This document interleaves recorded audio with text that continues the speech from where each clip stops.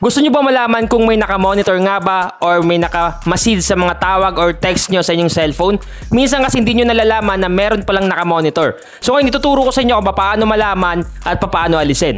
So eto na yon. So una natin gagawin is pumunta tayo sa my phone call or sa may call na logo. Tulad nito. So once na may nakita kayong ganyan, i-click nyo lang yung parang telepono. Click nyo lang. Then pag na-click nyo na, mapupunta kayo sa may dial mode. Ngayon pag andito na kayo sa may dial mode, may ida-dial kayo dito. Paalala pala mga ka-Mindtech na kahit anong SIM card nyo, kahit smart man yan, talk and text, Globe, Dito, Gomo, or kahit anong SIM card yan, pwede nyo i-try. At makikita nyo dito, once na may nakakabasa ng mga text message nyo, may nakikinig ng mga tawag nyo sa mga iba't ibang kausap nyo, dito natin malalaman. So ang gagawin nyo lang is i-dial nyo lang yung asterisk.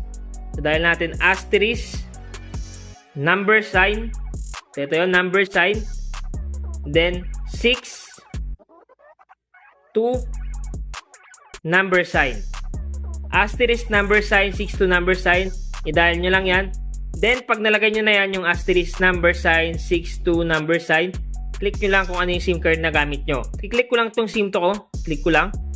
Then, automatic MMI code started. So, maglo-loading yan at lalabas yan. Nakalagay dito, call forwarding.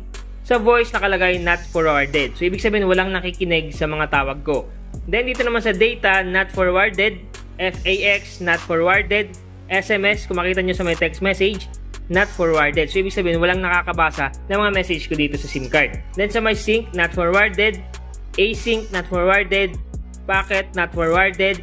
PAD, not forwarded. So, ibig sabihin lang, pag ganito, pag puro not forwarded, ibig sabihin lang, safe na safe talaga yung SIM card mo kasi walang nakikinig, walang nagbabasa ng mga message mo na ibang tao, walang nakamonitor na iba.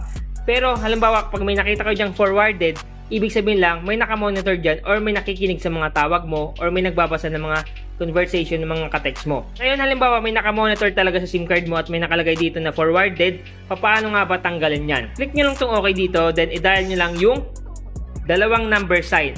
Number sign, then 0, 0, 2, number sign. So yan yung ida-dial nyo, tandaan nyo, yan yung ida-dial nyo, yung dalawang number sign, 002 number sign, para mabura natin or ma-erase natin yung mga nakamonitor sa SIM card natin. So once na ma-dial mo na yung dalawang number sign, 002 number sign, i-click mo lang kung saang SIM card mo gusto tanggalin yung mga nakamonitor sa SIM card mo. Sa akin sa SIM 2, click ko lang tong SIM 2 dito. Then automatic MMI code started at automatic nagpa-process na yan, antayin mo lang. Automatic nakalagay dito, call forwarding erasure was successful. So, ibig sabihin lang, once na may nakita ka ng forwarded or once na may nakamonitor sa SIM card mo, automatic natanggal na or na-erase na kasi nga nakalagay dito, erasure was successful. So, ibig sabihin lang, wala nang makakamonitor ng mga text message mo, mga tawag mo sa iba't ibang tao, safe na yung SIM card mo. Ganun lang yung gagawin nyo once na gusto nyo malaman kung may nakamonitor nga ba sa inyong SIM card, kahit Globe man yan, Smart, Talk and Text, Gomo, kahit anong SIM card yan. So kung natulungan ka ng video na to, pakishare naman sa inyong mga kaibigan, tropa, kamag-anak, kapuso, kapamilya, or kahit ano mo pa yan. Pakishare naman ito para malaman din nila kung paano malaman kung may nagmo-monitor nga ba ng SIM card nila. Sa mga hindi pa pala nakafollow sa aking bagong Facebook page, pakifollow na lang yung Facebook page ko na Mindtech. Pakifollow na lang para lagi kayong updated sa mga bagong nating post and upload sa YouTube at sa ating bagong Facebook page. Sana nakatulong tong vlog ko ngayon. Once again na Mindtech PH, thank you and God bless all.